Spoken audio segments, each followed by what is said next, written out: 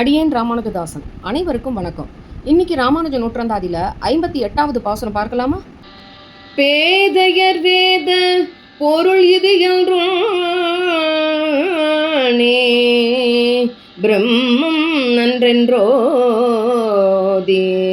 மற்றெல்லா உயிரும் அக்தே என்று உயிர்வழ்மை விட்டு ஆதிபரனோடும் ராம் என்று சொல்லும் அவ்வல்லல் எல்லாம் வாதில் வென்றான் எம் ராமானுஜன் மெய்மதி கடலே.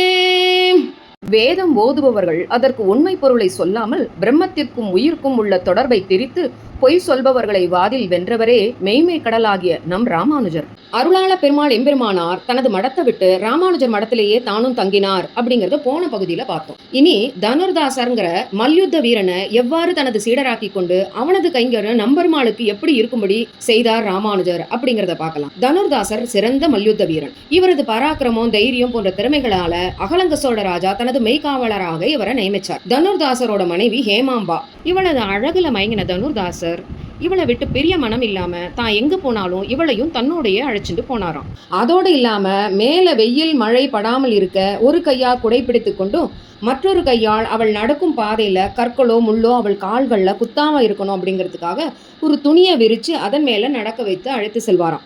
இதை பார்த்த ஊர் மக்கள் சத்தம் இல்லாம கேலியா சிரிச்சு பேசுவாளாம். இந்த விதமாக போறதை பார்த்த ராமானுஜர் அவரை கூப்பிட்டு ஏன் இவ்விதம் செய்கிறாய் அப்படின்னு கேட்டாராம். தனுர்தாசர் அதற்கு ஹேமாம்பாவின் கண்கள் மிக அழகானது, அந்த அழகான கண்களுக்கு ஏதேனும் ஆகிவிட்டால் என்ன செய்யறது, அதனாலதான் அப்படின்னு சொன்னாராம். ராமானுஜர் உடனே தாசரே உமக்கு இதை விட அழகான கண்களை காட்டட்டுமா அப்படின்னு சொன்னாராம். உடனே தனுர்தாசர் அதற்கு அப்படி ஒரு கண்களை நான் பார்த்தா உங்களுக்கு நான் அடியவனாகிறேன் அப்படின்னு சொன்னாராம். ராமானுஜரும் அவரை அழைத்துண்டு ஸ்ரீரங்கம் பெரிய பெருமாள் முன்பு நிறுத்தி, எம்பெருமானே அன்று நீங்கள் திருப்பான ஆழ்வாருக்கும் ஆளவந்தாருக்கும் காட்டிய கண்களை இந்த தனுர்தாசருக்கு காட்ட வேணும் அப்படின்னு பிரார்த்தித்தாராம். அதன்படியே பெரிய பெருமாளும் தனது நீண்டவ பெரியவாய கண்களை காட்ட தனுர்தாசர் தன்னை மறந்து அன்று முதல் திருவரங்கநாதனின் பக்தராகி போனாராம். ராமானுஜருக்கு சீடராகியும் போனாராம்.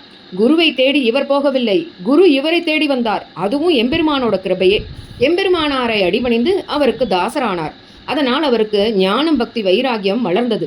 தனுர்தாசர் பெரிய பண்டிதன்லாம் கிடையாது. அவரை கொண்டு வாதிலாம் வெல்ல முடியாது. முரட்டு மல்லர் அவர். ஆனாலும் அவரையும் தனது சீடர்கள் குழாமில சேர்த்துண்டு அவரை பெரிய கோவில் மெய்காவலராக நியமித்து கைங்கரியத்தை கொடுத்தார்.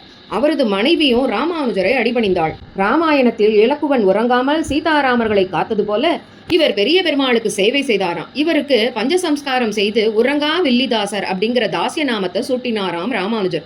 இவரது மனைவிக்கு பொன்னாச்சி என்ற தாசிய நாமம் சூட்டினார் ராமானுஜர். பிள்ளை உறங்கா வில்லிதாசரும் தம் ஞானத்தை வளர்த்து கொண்டு ஒரு கையில் வில்லும் மற்றொரு கையில் வாளுமாக ஏந்தி பெருமாளை காவல் செய்து வந்தாராம். பொன்னாச்சியும் ஆழ்வாரின் பாசுரங்களை நடனமாக ஆடி பக்கத்து கிராமங்களில் உள்ள மக்களுக்கு எம்பெருமான் மற்றும் எம்பெருமானார் புகழை பரவச் செய்தாளாம். இவர்கள் இருவரின் தாசிய பக்தியின் பிரபாவத்தை அடுத்த பகுதியில் பார்க்கலாம்.